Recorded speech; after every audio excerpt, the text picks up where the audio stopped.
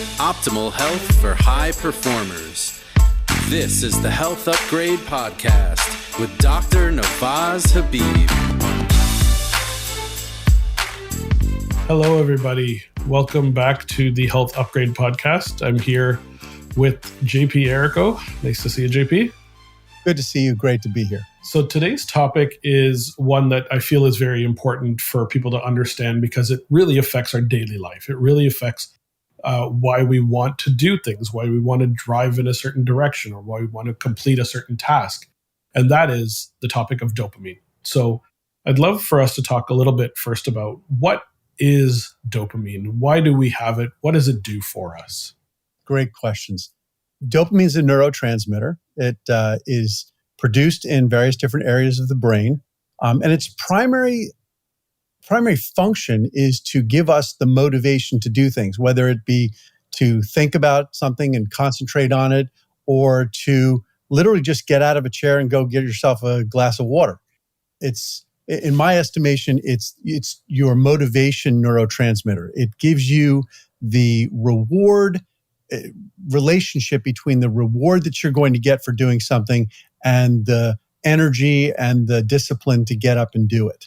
Yeah, I call it kind of the get up and go, the motivation, the drive neurotransmitter, very similar concept to what you're sharing there.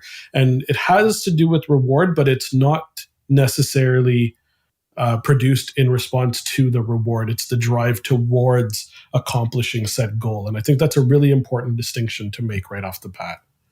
It's an incredibly important distinction because it leads to all the dysfunction that we see in society around loss of motivation, burnout, frustration at work, etc. Because you're right, dopamine is released in your brain when you anticipate that there's going to be a reward for doing something.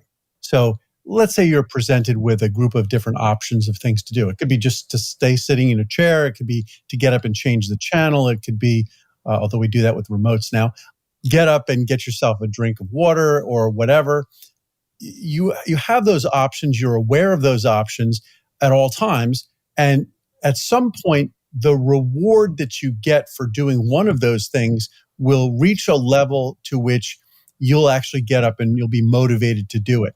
That process of weighing the reward, the future potential reward of your action against the energy expenditure necessary to do it is where dopamine comes in. And dopamine, if you have a low level of dopamine or less access to dopamine in your brain, you'll be less motivated. You'll be more sedentary. You won't get up and go. And so what we're hoping that we can do here is teach people how to conserve or preserve or enhance their dopamine levels and not lose their dopamine advantage, if you will, to things that really aren't helpful. Yeah, absolutely. Dopamine is a neurotransmitter, just like serotonin, acetylcholine, these neuromodulators, these chemicals that are sent between neuronal connections, but from one neuron to the next or to other tissues. And this neurotransmitter is actually produced from amino L-tyrosine, tyrosine being the amino acid precursor to dopamine, phenylalanine being on that pathway as well. So phenylalanine, tyrosine are amino acid precursors to the production of dopamine.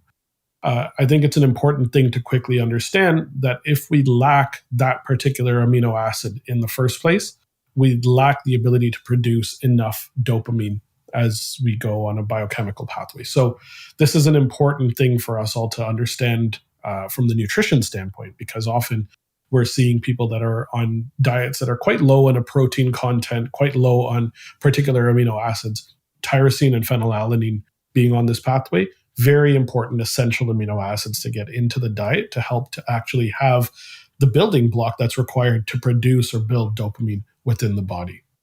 And I think that's a really important, I know it's a little off topic, but it's very important for people to recognize that there are a set number of amino acids that all of our proteins in our bodies are made from. So when we have a gene and it's transcribed into and translated into a protein through that elegant process that Mother Nature has developed, that requires that we have those amino acids available. And our bodies are capable of making a subset of those from, basic materials. But there are certain amino acids that human beings in our bodies are just not capable of making. So we have to acquire them through diet.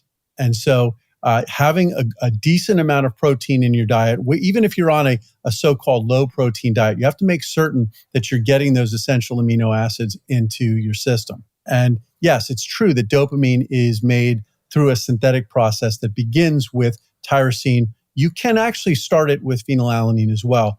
Similarly, we've talked about in the past, serotonin and melatonin have their amino acid that they're derived from is tryptophan. So again, a lot of these monoamines and other chemicals that we use in our brains and our bodies do come from amino acids.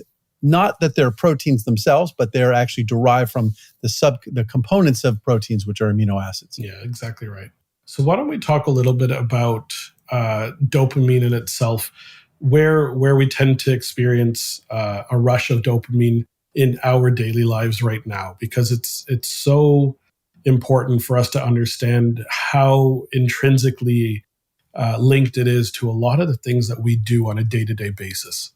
Yeah, and in fact, it's become a target for a lot of companies in their marketing, how they promote their products to people. So for example, social media companies are notorious for the fact that they utilize dopamine science, the understanding of the psychology and the physiology of dopamine release to make you addicted to scrolling through your Instagram feeds or your TikTok reels. All of that is driven by really a lot of engineering focused on how best to get you to release more dopamine. Now, unfortunately, we don't have an infinite supply of dopamine in our brains. So things like social media, things like video games, things like having 1,000 channels of television to watch. There's so many rewards that are available today in modern society for us to fixate on that it becomes sort of a question of how are we going to reserve or preserve the dopamine that we need to do the really fundamental things in our lives, like take care of our kids, take care of our health, take care of our homes, go to work, be enthusiastic at work. How do we maintain and preserve our ability to release the necessary amount of dopamine in order to be motivated and enthusiastic and get things done in those really important parts of our lives when we perceive that those rewards aren't necessarily always as exciting as, Call of Duty or getting on Instagram or Tinder or something like that. Those rewards, unfortunately, tend to be overwhelming to the system. Now, the flip side of it is you also have to worry about whether or not the reward that you're expecting is sufficient to motivate you and is doing it correctly. Because what can happen is you can have what's called mismatch. And mismatch happens when you expect a certain amount of reward. You expect a certain amount of reward from an action. I liken it to somebody hands you a box of chocolates and you really want the one that has caramel in it, okay? But you reach in and you grab one and you put it in your mouth and it's got coconut, okay? And some people like coconut. I'm not a big fan of coconut and chocolate, but I know it can be really tasty for some people. But for me, if I pick one up and I'm like, yuck, I don't want that. That is where there was a mismatch. I was expecting and hoping for a chocolate that I really liked, and I got one that I don't really like that much. Now, what could that do? That could reduce the number of times that I try chocolate. If that continues to happen every time, I'm just not going to take, maybe it's me only from that person or only from that box. But the flip side of it can be, okay, if I reach in and I grab the first one and it has caramel in it, well, my goodness, that's my box of chocolates. I'm not going anywhere without it. That's got everything I want in it. And it's all a function of how dopamine is being released and metered out in the brain. So you can imagine how you can sort of carry that forward from a box of chocolates into all of the other things that happen in your life. So you have to make certain that the reward that you expect is the reward that you get. And it goes, I'm just going to say one last thing about it because my wife is in human resources. And one of the things that we talk about around dopamine is what happens when a boss or the company you're working for doesn't live up to your expectations of what your pay is going to be or your advancement within the organization, that's where people start to get burned out. They lose enthusiasm for the job. They lose enthusiasm for their careers even because they're not seeing this reward balanced with the work effort that they're putting in. And that's really, I think, maybe the easiest way for people to understand how dopamine is really important. If you expect, there's no question. Go ahead. I love that analogy, the chocolate analogy, and the anticipation of the caramel and then hitting the coconut and the mismatch occurring. And that analogy really resonates with me. It's very clear that the driver is this anticipation or this desire for a particular outcome, and the link is not necessarily there, but the drive to try to choose the right chocolate out of that box is initially a dopaminergic effect, right? And then the resultant occurrence is secondary, but it isn't dopamine that creates that reward feeling. We often mistake that as being the thing that we're looking for, that reward. And ultimately, the reward is a nice piece, but often that dopamine piece is integrated as the reward. Exactly. So let's. I just want to quickly mention, you mentioned the dopamine science that has gone into a lot of the apps, the social media that we all have on our phones and whatnot. And it all comes back to this book called Hooked by Nir Eyal, who wrote a phenomenal book on how to create kind of this hook or this desire for people to want to stay on a certain app or want to go on to a certain app. It's the ding that happens on your phone when you get a new notification, or the number of likes that you see on your Instagram image or whatnot. Those are drivers through a dopaminergic pattern to help you stay on that. You want to see how many people liked your post. You want to see who messaged you on this particular thing, right? That rush or that anticipation that comes from that. Nir Eyal then realized what he had done, and he created a book called Indistractable to help people not become as hooked to a lot of the apps that then were created on the back of his work. So really, really great books for those who are interested in looking into the dopamine science a little bit more in depth. For sure. And that's the psychology side of things. And there's a physiological side to it too. We talked a little bit about where dopamine comes from, and we've talked about ways in which our behavior or our actions in life can deplete that. But there's also ways physiologically that dopamine production can be damaged. You hinted at that with nutrition. If you don't take in the essential amino acids necessary as the precursors for making dopamine, then you won't make it enough. But there are genetic issues around dopamine receptors. There's issues around inflammation. We'll talk about that, I'm sure, because that's always a cornerstone of problems and ailments in the body. But when you're sick, you don't feel motivated, and that's a perfect segue, I think, into when your body is producing lots of inflammatory cytokines because you're experiencing some illness or some injury. You lose motivation. You lose that feeling of, hey, there's a reward that I want to go get. And you lose the ability to summon that dopamine levels. And it's very similar to the conversation we've had before around depression and other things around serotonin production. Serotonin production is disrupted by inflammation in much the same way that dopamine synthesis is also disrupted by inflammation. Yeah, this is where a lot of parallels are drawn between kind of serotonin and dopamine. They both have very similar patterns in how they're produced from a very specific amino acid. And the effects that they have are often linked in parallel, even though serotonin is more of the like mood molecule, where dopamine is the motivation molecule. That said, they're produced in a particular area of the brain, each one of them. So let's talk a little bit about where dopamine is produced, and we can get into kind of the effect that vagus nerve eventually does have in that particular pathway.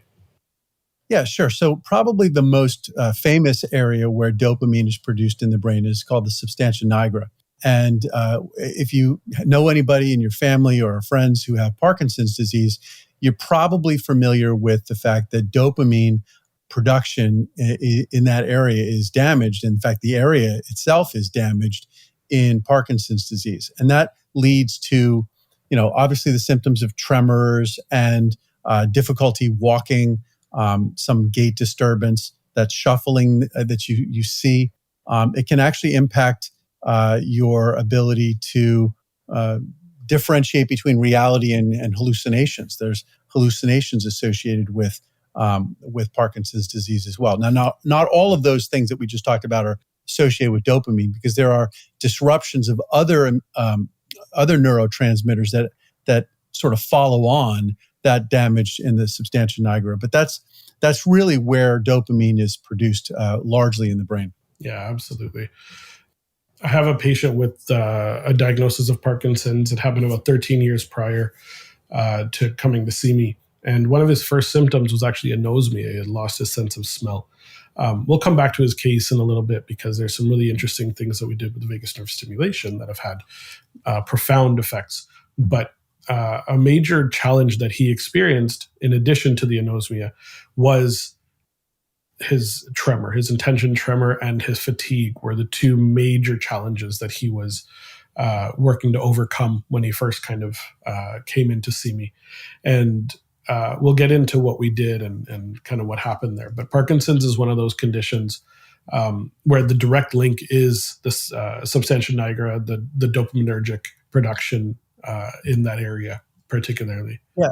And there's two things to talk about there. One is that an early sign of Parkinson's, sort of almost like a prodromal symptom, if you will, of ultimately having Parkinson's disease, is a disturbance in sleep. Mm-hmm. And so what you see, it's actually almost, it's sad actually. What you see is these people come in with their spouses, and what you'll see is that the spouse has been hit during the night, not intentionally, but the reason for it is because when you begin to lose that dopaminergic signaling, one of the things that dopamine is responsible for is that sleep paralysis that you experience during the phase of sleep where you're not creating the dream, but now you're living the dream.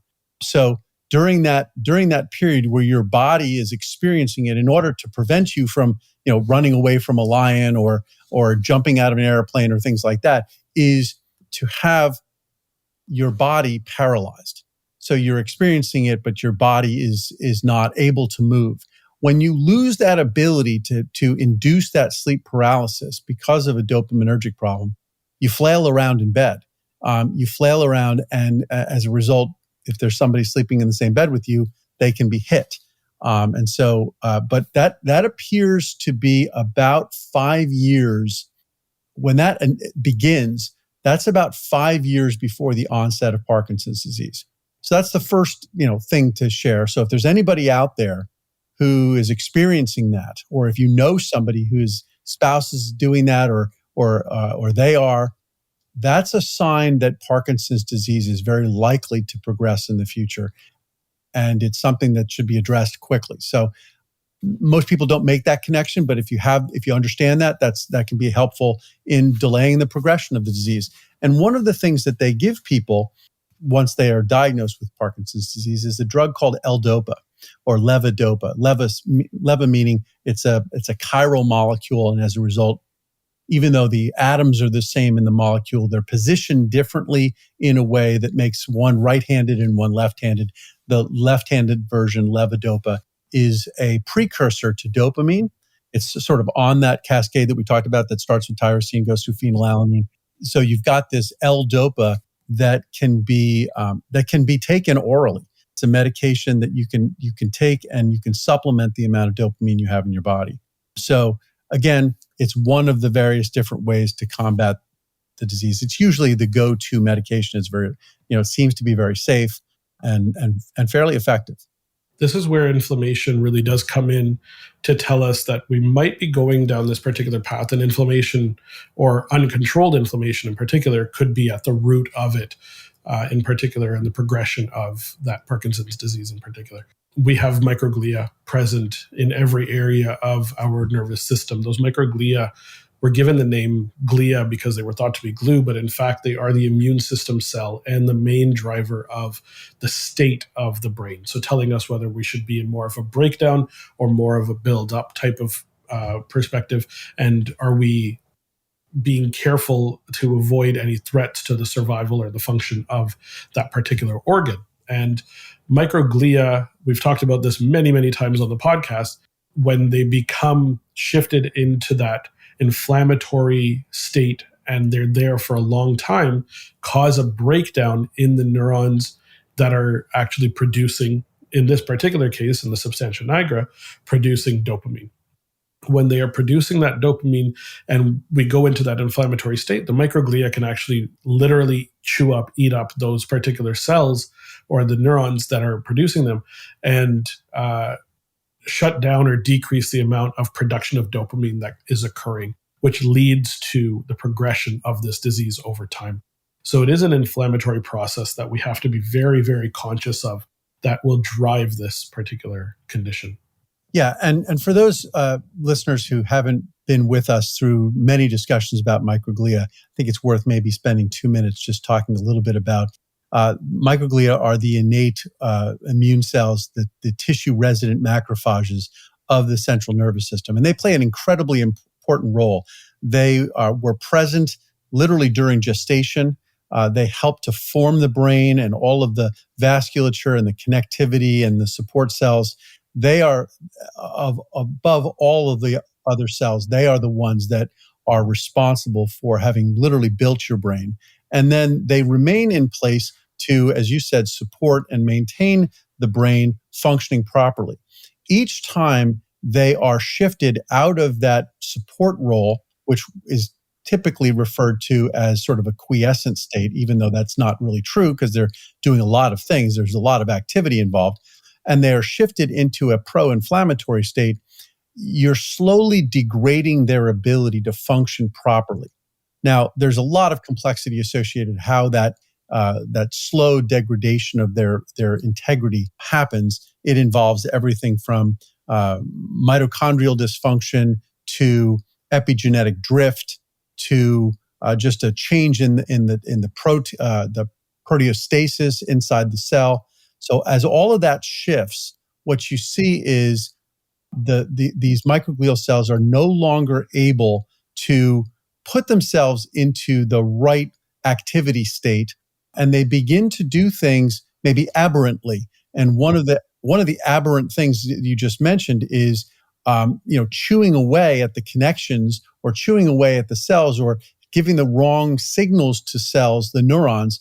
And as a result, it can degrade areas of the brain. We see it, for example, in Alzheimer's. We see that in the locus ceruleus, which is the area where norepinephrine is produced. In Parkinson's, you see it in the substantia nigra. And because it's a lifetime of insults and a lifetime of challenges and maybe genetic predisposition, but even more importantly, epigenetic effects that occur, that's why you tend to see it in older people. Yes, it is possible to have Parkinson's disease as in early onset, much the same way there's early onset Alzheimer's disease. But by and large, these neurodegenerative conditions are present in the elderly with a higher propensity for experiencing those symptoms as you get older. Yeah, absolutely.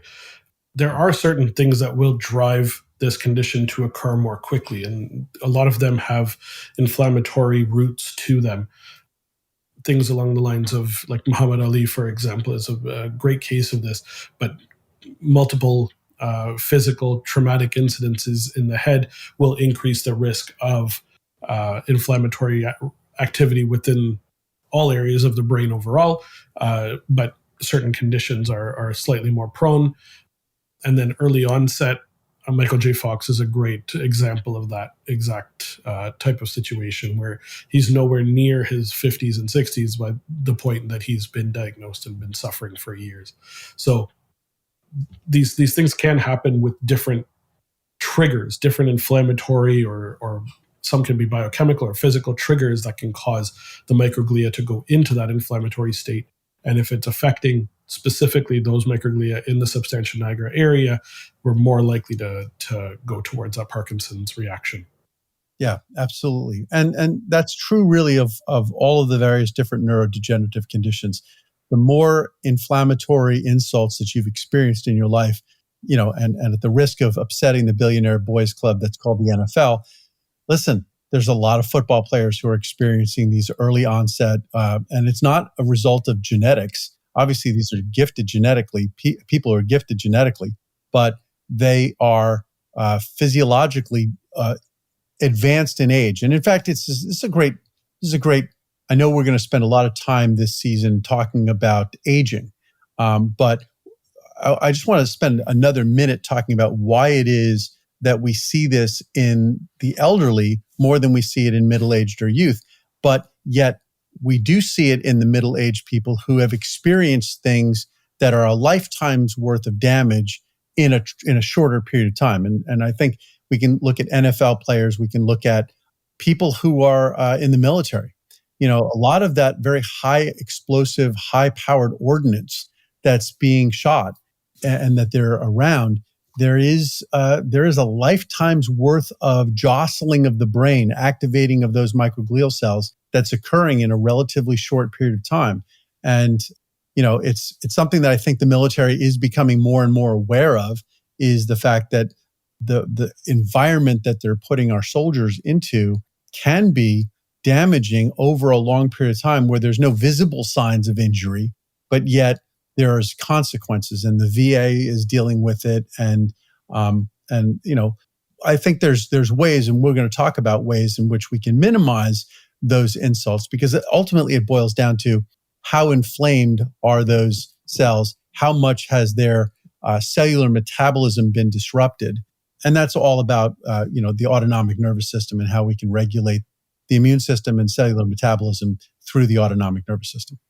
I don't think there's any coincidence as to why there's such a high proponent of NFL players, wrestlers, servicemen in the military, and first responders, firefighters that have significantly higher rates of nearly every neuropsychiatric condition that you could ever imagine.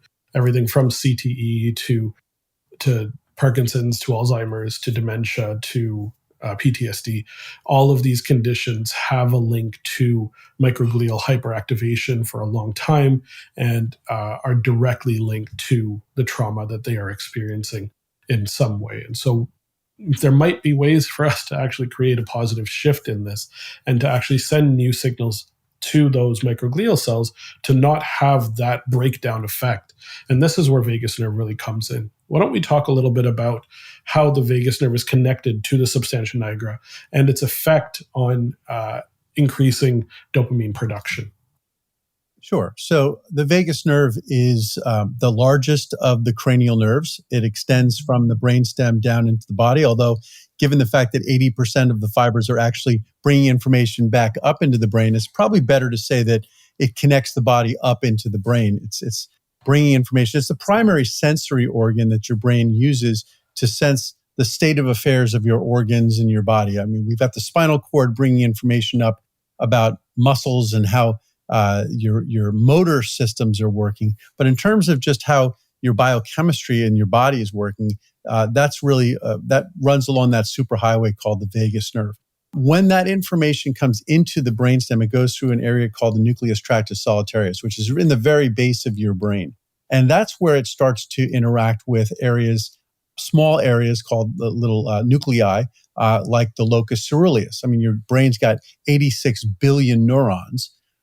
Only a couple 100,000 of them, if even that many, are in the locus ceruleus. And yet that's the primary source of norepinephrine. So that's one of the first stops of the vagal signaling. There's other stops along the way, like the raphe nucleus, which is where the dorsal raphe nucleus is where serotonin is produced.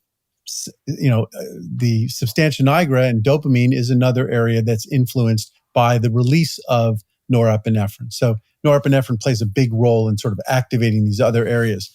One of the areas that's very important, and it goes to the entire control that the autonomic nervous system has over inflammation, is called the nucleus bacillus of Maynard's. And that's the area of the brain that's responsible for producing acetylcholine. And as we'll get into, that regulation of the immune system, that regulation of microglial cells, comes through that release of acetylcholine. So the practical upshot is if you activate the vagus nerve, and you can do that through a variety of different ways. You can do it simply by relaxing and taking deep breaths and spending some time meditating. But you can also activate it electrically or non-invasively or invasively with electrical stimulation directly onto the nerve. When you do that, you are causing the changes in neurotransmitter expression. And again, I think really importantly, it's that release of acetylcholine. And we'll dig into a little bit about why that's the case. Absolutely.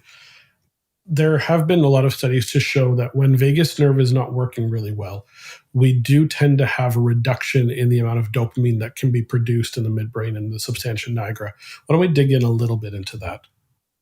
Yeah, sure. So as you said, when you're sick or you've got inflammation or you've been injured in some way, or toxins, you've encountered toxins that raise the level of inflammation in your body, raise the level of activation of the release of signaling proteins called cytokines and signaling molecules, I should say, called cytokines that are flowing through your body, indicating to other cells that they should become inflamed or pro-inflammatory as well.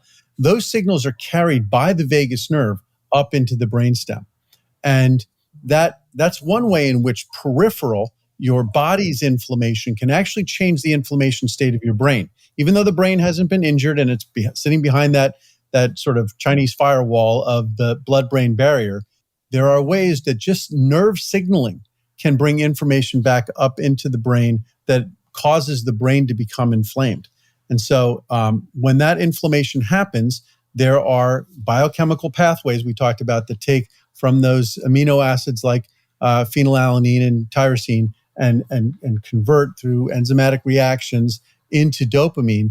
Along the way, those reactions can be slowed or impaired or diverted, and so that you don't end up producing the dopamine that you need or that you want to have or need to have in order to be as motivated and as enthusiastic and as sort of on top of your game as you want to be. So it makes sense. When you're sick, you end up in that state. Now, there's other ways that you can change how that inflammatory state is in your body that don't necessarily involve getting a bacterial infection or a viral infection or getting injured. It can happen simply by being perpetually in a state of what we refer to as sympathetic overdrive. Think about it as fight or flight mode. If you're constantly in a state of overexcitation and you don't allow yourself on a regular basis to get back into a rest, digest, restore mode, things like being around family and friends, getting a good meal, sleeping, exercising, all of these things allow you to get yourself out of that sort of terror state of your immune system. And if you don't do that, you're going to end up with lots of extra inflammation. And that extra inflammation can then lead inside your central nervous system to a depletion of dopamine and actually a destruction of the areas that are producing dopamine, like the substantia nigra. I'll say one last thing because I'm always interested in how the metabolism plays a role in this. If you are significantly overweight, that is one of the very strongest ways that you can create a long-term systemic state of inflammation. And there is a correlation between obesity in middle age and Parkinson's disease in older age. It's not quite so extreme as what we've seen with Alzheimer's disease, but there are people who are referring to Alzheimer's disease as type 3 diabetes. And I suspect that in the long run, we're going to find out that type 3 diabetes is all neurodegenerative disorders. It includes both Parkinson's and Alzheimer's and some of the other neurodegenerative conditions that are equally devastating. I'm going to have to concur entirely on that. Just to kind of piggyback on that idea, Where vagus nerve is involved is on the inflammatory control side of things, but also when we're in that sympathetic state, in like a chronic sympathetic state, the way that I explain this to my patients is like we're constantly pushing on the accelerator. Our foot is heavy on the accelerator. We're constantly in a go mode. And the problem that occurs when we're in a go mode is we can't restore, we can't fix a car when it's running, right? We need to be able to push the brakes. If, let's say, for example, you've got an issue, you take your car to the mechanic can't fix the car while it's still running. The car needs to come to a stop in order for the mechanic to be able to pop the hood and get underneath and do whatever they need to do. We can't restore, we can't recover, we can't fix any damage that's been done when the car continues to run. So the brakes are a necessary piece. And the brakes in this analogy are basically the vagus nerve. When the vagus nerve is turned on, when it's functional, when it's efficient, we're able to slow the car down and come to that recovery state more readily. And that's where we can heal on a regular basis. In an ideal situation, that healing state is instigated most of the day and very easily at night. But a lot of people are not sleeping well. A lot of people are under a ton of stress on a day-to-day basis. We're exposing ourselves to tons of chemicals that are pushing us into that sympathetic state more readily. Our diets are heavily inflammatory by nature in a standard American diet, for example. And what that does is it continues to drive more and more weight onto that accelerator, and the brakes, as they continue to try to slow the car down, eventually get worn out. And so we become less efficient, less strong in being able to put the car into its healing vagus nerve activated state. And that's really important to understand. And what we then need to do is rebuild the ability to control that inflammation. We need to rebuild those brakes. We need to replace the brake pads, ensure that there's enough fluid in the brake line, make sure there's no cuts in the brake line, ensure that the rotors are working well. There's a lot of pieces to that puzzle. But once that system is working well again, then we can start to slow down, get into that state more readily, and control all of those inflammatory processes so the car is not going off and being a danger to society. So that's really where on an individual basis, we need to understand that a lot of these stressors are major drivers of the inability to then control inflammation over time. Yeah, and just to riff off what you're saying there, I think there's really two very important pieces that vagus nerve stimulation and the autonomic nervous system exert. The first is, and it really is probably the most important part, is that release of acetylcholine. When I mentioned before that activation of the nucleus bacillus of Maynard's, that release of acetylcholine causes, it's not just at individual synapses. It literally is released throughout the brain to raise the level of acetylcholine. And acetylcholine does several things. And the most important for our conversation right now is that when it binds to there's a receptor that sits on the surfaces of these tissue-resident macrophages of the brain, the microglial cells. And when that acetylcholine binds to that receptor, it changes how that receptor is shaped. It opens it up. It's what's called an ionotropic calcium channel. So calcium is moves between the outside and the inside of the cell. That does several things. But the most important, and there are really several different pathways that all do the same thing, there's sort of a redundancy. And when Mother Nature makes things redundant, that usually means it's pretty important. What it does is it downregulates inflammation. It tells the cell, hey, it literally flips a switch and the cell moves. And when I say flip a switch, I mean it's very fast. It happens within minutes. That cell changes how it's functioning and shifts back into that neurotrophic, supportive maintenance mode, doing the housekeeping tasks it's supposed to be doing, as opposed to being really rather destructive. And that's very, very important to downregulate the inflammation.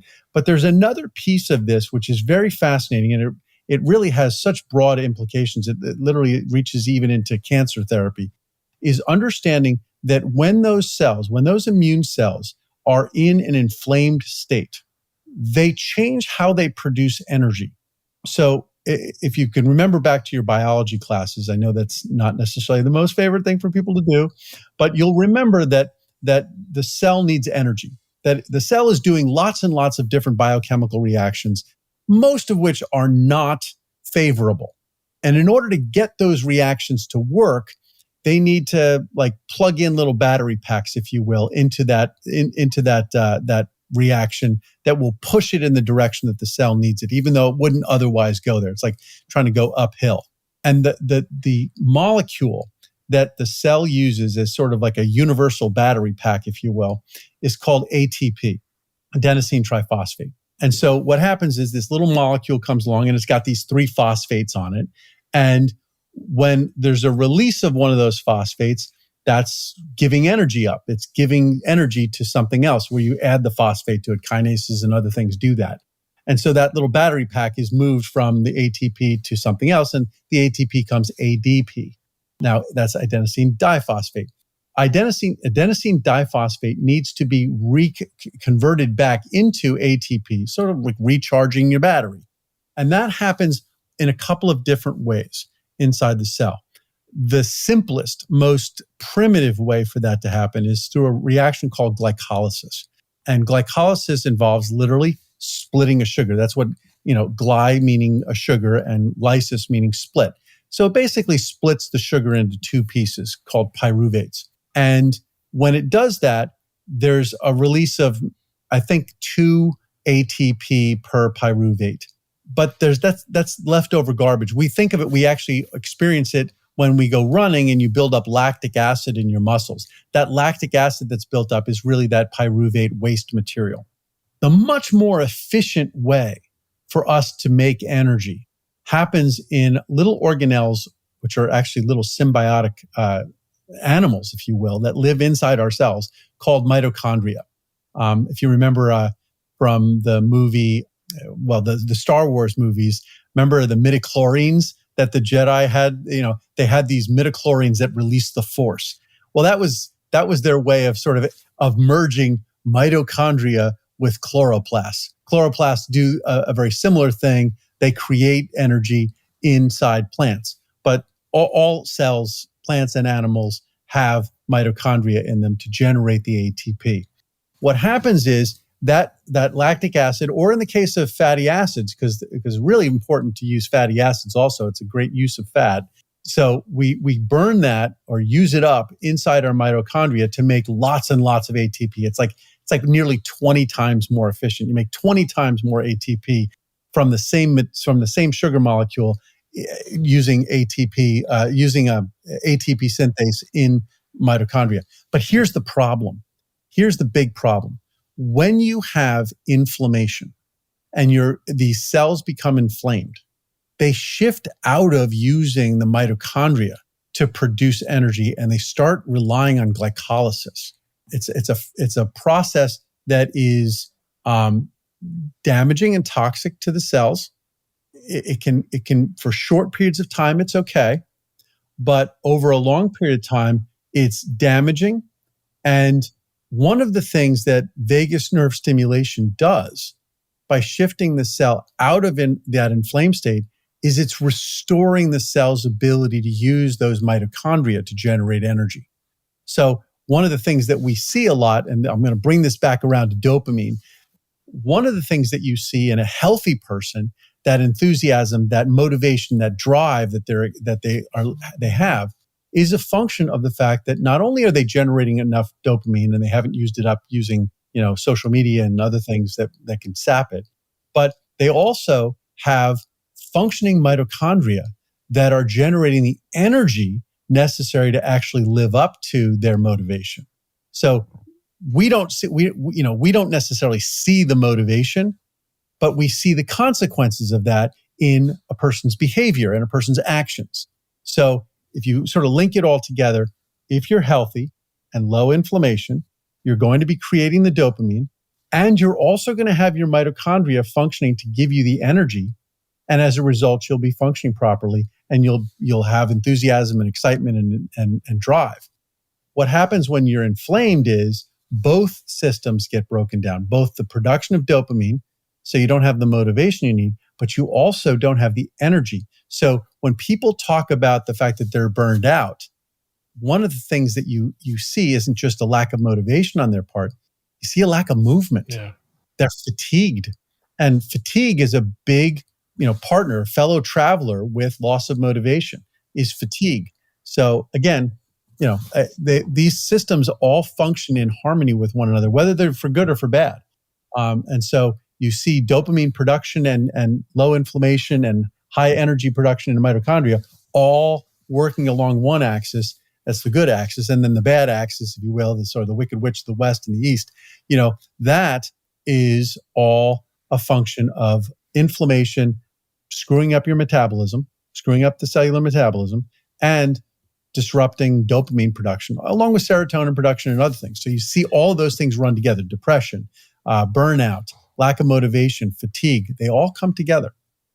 The more we learn about it, the more we realize vagus nerve has such an important role in ensuring just optimal function of every single area of the body, from intracellular all the way to just inflammatory control.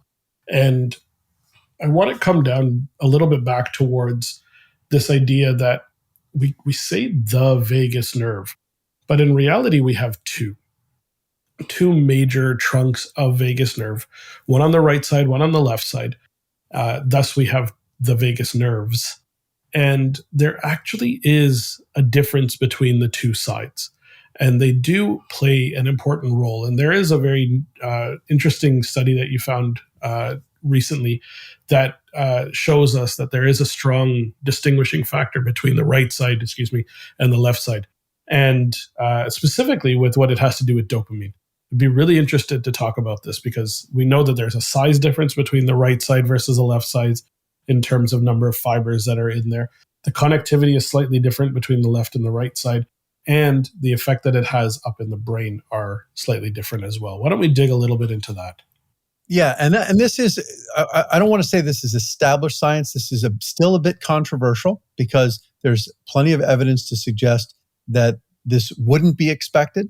Now, the vagus nerve does have two branches. One follows the carotid artery down on the right side, and one follows it on the left side. So it's very important. Sits inside that same sheath that contains the carotid artery and the jugular vein. It's right there. And on the left side, it innervates, much of your body. The right side innervates much of your body, but it also includes more of the heart and the lungs. So for many years, people sort of avoided the right side. They wanted to go on the left side. But I think there's evidence now that's coming out that there's far more fibers on the right side. There's about 200,000 fibers on the right side and only about 120,000 fibers on the left side. Again, you said there's two vagus nerves.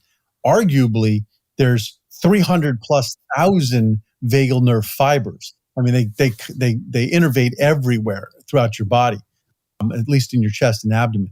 So it does appear, and I'll give you both sides of the story. A lot of the work done looking at fMRI work and connectivity work, anatomical work, would suggest that when the vagus nerves, plural, when information comes in, those fibers, those 320,000 fibers, begin to activate those nuclei in the base of the brain. And when it does that the effects are bilateral, meaning that fibers on the left are activating things on the right, and fibers on the right are activating things on the left, and that you only have to stimulate one side to get equal benefit. That you can double it if you do it on both sides, but one side is usually typically enough.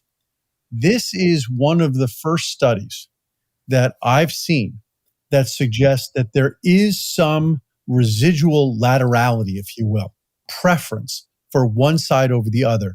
And it has to do with the ability to increase dopamine release and preserve dopamine function or enhance dopamine function with the right side versus the left. Now, it may simply be a function of the fact that there are more fibers on the right versus the left, but it remains to be seen whether or not that the effects go beyond simply the number of fibers.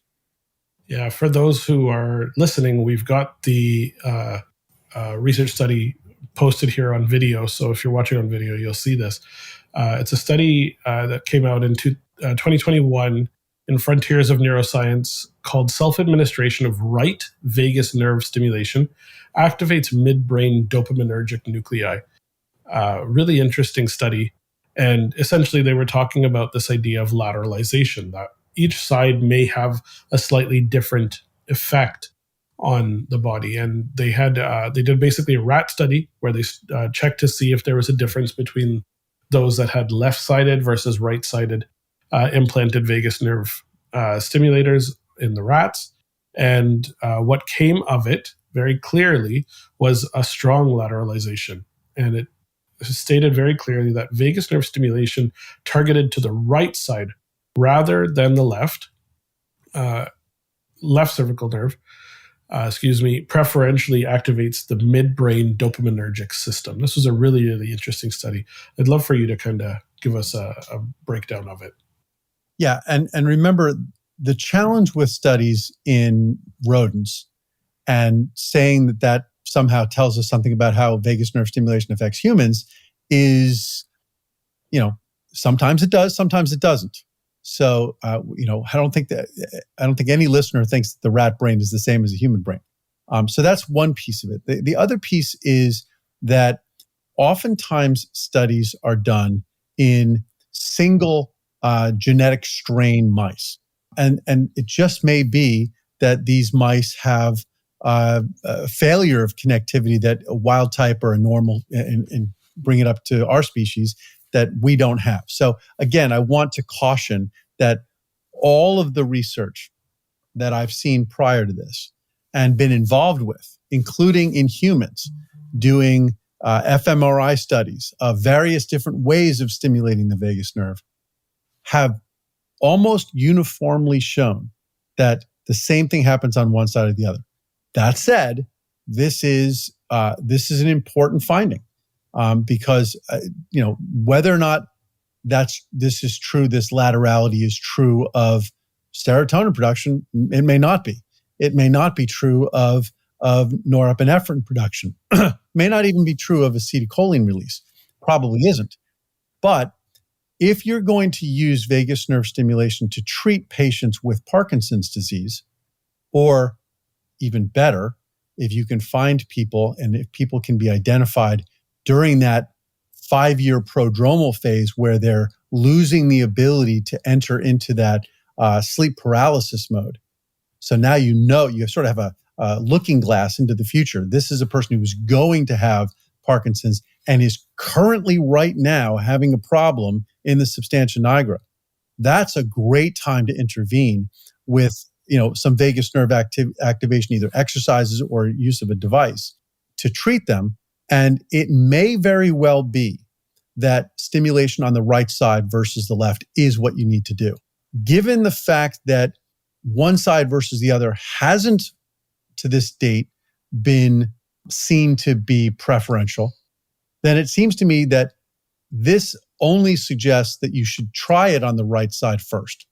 Try it on the right side first, see if it works, and if it does, then know that your chances are you've got it. Or if you've been doing it on the left for some reason and you're not getting the benefits that you're looking for with Parkinson's disease, switch to the right. That's exactly right. I would very much, in a clinical sense, caution against the simple use of just putting it on the right side and saying this is going to make a difference. We don't know for sure yet. Individual variances are really important to keep in mind here. That said, I'd love to end with that story of my patient who came in with Parkinson's diagnosis.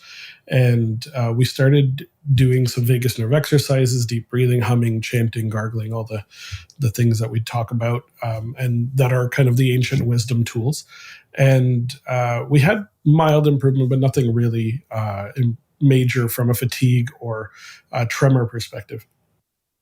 Then he started stimulating, and he started using a device, particularly well-known device, and that device really was a major shift for him. So it was about 10 days into him starting to use it, and he was using it twice a day for 2 minutes, and 2 minutes each time. And he messaged me. He said, "I need to talk to you." I said, "Okay." So I jumped on call with him, and he said, "I haven't been able to smell anything in about 13 years. And this morning I woke up and I could smell my wife cooking bacon downstairs." for the first time ever, which for me was obviously like, what a crazy win. I have goosebumps right now telling this story. At this point, he's been using device for a little over 8 months, and he's smelling things about 60 to 70% of the time. And his fatigue has significantly decreased. He is 73, I believe 74 now. And his fatigue has significantly decreased to the point where he is a star pickleball player in his league in Michigan. And his tremor is significantly reduced to the point where his mood, his motivation, just his overall happiness for his life have incredibly improved. So I really just wanted to share this story with you all. It is a story I feature. I'd like to share a story actually of one of my very closest friends who actually has worked with me now for nearly 20 years. He's 20 years older than I am. And he, about 1.5 years ago, 2 years ago, started having symptoms of some form of neurological disorder. He wasn't sure what it was. It took him a while to get the diagnosis of Parkinson's disease. And Parkinson's disease was what his mother had passed from. So he was pretty devastated to see that. But one of the things that he went on l-dopa, and that seemed to resolve a lot of his symptoms. And he is now a star pickleball player as well. I don't know if Parkinson's makes you a great pickleball player. It was very interesting that a lot of the symptoms, the slowness, that once he got into the game, he was virtually asymptomatic. Yeah. But once the game ended, he would then, it was almost like somebody flipped a switch.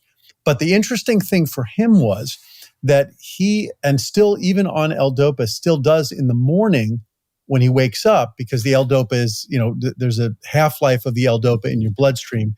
And by the time you have gone through the night and you wake up, there's not enough to really have a therapeutic benefit. And it takes about 25 to 30 minutes for the l-dopa that you take first thing in the morning to kick in. So there's a period of about a half hour where you're experiencing some of the symptoms. One of the symptoms that he was, sort of found almost intellectually interesting was that there was a tree outside his bedroom.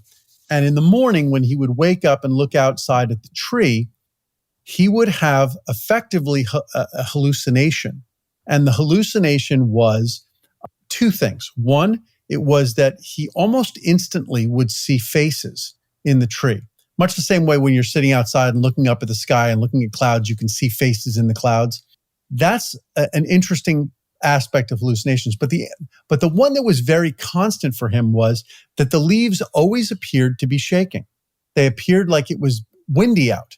And so he could see that the leaves were shaking on the trees. Not a strong breeze where the tree was bent over, but just the leaves were rustling. But there was no wind outside. And so he was hallucinating this movement of the leaves. And he's a scientist, so he was testing it on himself. The l-dopa, it would take about 25 minutes before the l-dopa, which has only really one effect, it's increasing dopamine production, where that would subside and the leaves would stop moving for him, because they weren't moving before either. What he said was that when he used a vagus nerve stimulator, that the effect was gone within a matter of a couple of minutes. Wow. So the effect, we talked about how quickly it affects the microglial cells. It actually affects the dopamine production that quickly also. So within just a matter of a couple of minutes, he said that would be sufficient to get the leaves to stop moving, and it was normal for him. So just not quite as amazing as smelling bacon, but still interesting. Absolutely. Still an interesting bit of interesting data. And listen, there's plenty of work, true clinical science work, not just the anecdotes we're talking about, that's ongoing right now and has, in some cases, been completed, demonstrating the effectiveness of vagus nerve stimulation in Parkinson's. Doesn't mean you shouldn't take L-dopa. Doesn't mean that other medications won't work, but it's a great adjunctive therapy to add on and will help manage some of the other symptoms, even if the main symptoms are being dealt with the L-dopa. I love it. What a great way to end it for today with a couple of amazing stories. Quickly want to share that we've got The new book's coming out, so Upgrade Your Vagus Nerve is ready to go. And by the time you hear this, it should be out already. JP's got Vagus Immune Connection coming up very soon as well. So we have a couple of books for those who are really interested in digging into this topic over the next couple of months. So really excited to share that with all of you. And congratulations on your book. Thank you. It's a great read. Lots of information. It's a great follow-up to your original Activate Your Vagus Nerve book. And I hope that everybody who bought the first one buys this one, and everybody who's hearing this buys both of them. And I'm looking forward to mine coming out. Mine's a little more technical and a little more sciencey. So for those of you who like to dive into the biochemical pathways and understand some of the really deep science, the Vagus Immune Connection is a book for you. I love it. Thank you so much. For those who got to this point in the podcast, please feel free to share this with one person that you think could benefit from this information. And we wish you all upgraded health. We'll catch you on the next one.